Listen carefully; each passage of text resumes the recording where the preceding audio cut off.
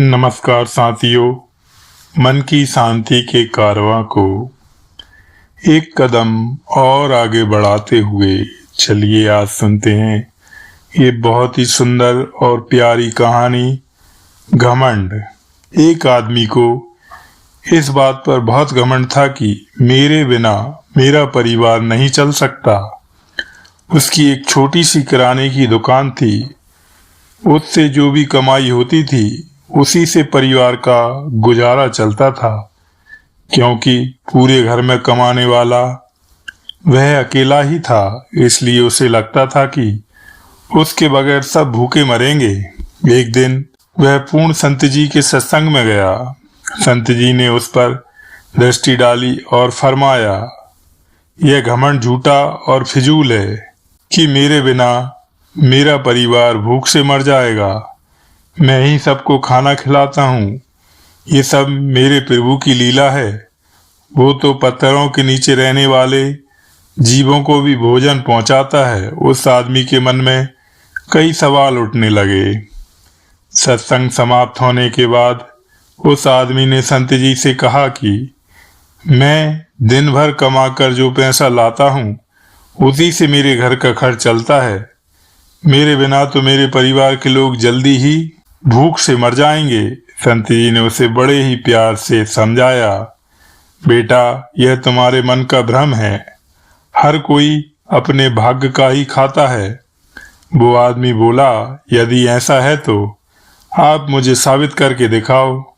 संत जी ने हंसकर कहा, ठीक है बेटा, तुम बिना किसी को बताए अपने घर से 1 महीने के लिए चले जाओ। उसने पूछा कि मेरे परिवार का ध्यान कौन रखेगा?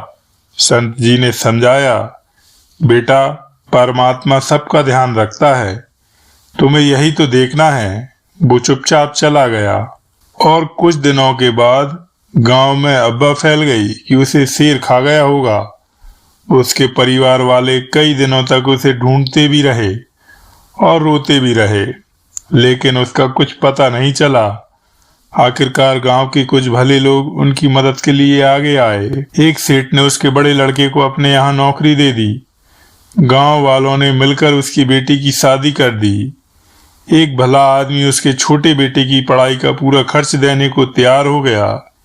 1 महीने बाद वही आदमी छिपता छिपाता रात के वक्त अपने घर लौट आया।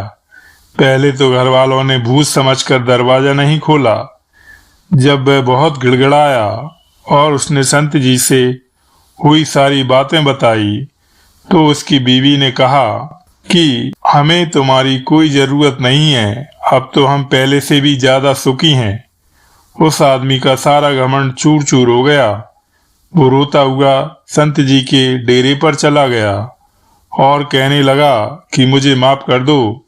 संत जी ने बड़े प्यार से कहा, अब तुम्हें अपने घर वापस जाने की क्या जरूरत है बेटा। इस जगत को चलाने का दावा करने वाले बड़े बड़े बादशाह मिट्टी हो गए। दुनिया उनके बिना भी चलती रही। इसलिए अपनी ताकत का, अपने पैसे का, अपने कामकाज का, अपने ज्ञान का घमंड फिजूल है। अब तुम्हें बाकी का सारा जीवन मालिक की भक्ति और लाचारों की सेवा में लगाकर इसे सफल करना है। वो आदमी संत जी के चरणों में गिर पड़ा और रोते हुए बोला, आप जो भी कहेंगे आज से मैं वही करूंगा। एक बार सोचना जरूर, कहीं हम भी किसी चीज का घमंड तो नहीं कर रहे हैं।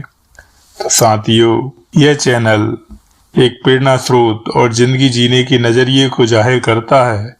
इस चैनल पर हम हर रोज धार्मिक, प्रेरणादायक कहानियां और आत्मविश्वास से जुड़ी कथाएं शेयर करते हैं। तो जुड़े रहिए आपके अपने चैनल UR मन की शांति पर और रोज नए प्रेरक प्रसंगों को सुनते रहिए और अपने जीवन को सुख, समृद्ध और शांत बनाते रहिए। साथियों, इसी आशा और विश्वास के साथ आज की मन की शांति का कारवां यहीं समाप्त करते हैं। कल फिर मिलेंगे एक नए प्रेरक मोती के साथ। प्रभु की कृपा सदैव आप पर बनी रहे। आपका दिन शुभ हो, मंगलमय हो। इसी आशा और विश्वास के साथ जय श्री कृष्ण, जय श्री राधे, जय सिया राम। और साथ ही एक निवेदन है, यदि आप हमारे चैनल पर नए हैं या अभी तक आपने हमारे चैनल को सब्सक्राइब नहीं किया है तो प्लीज चैनल को सब्सक्राइब जरूर कर लें।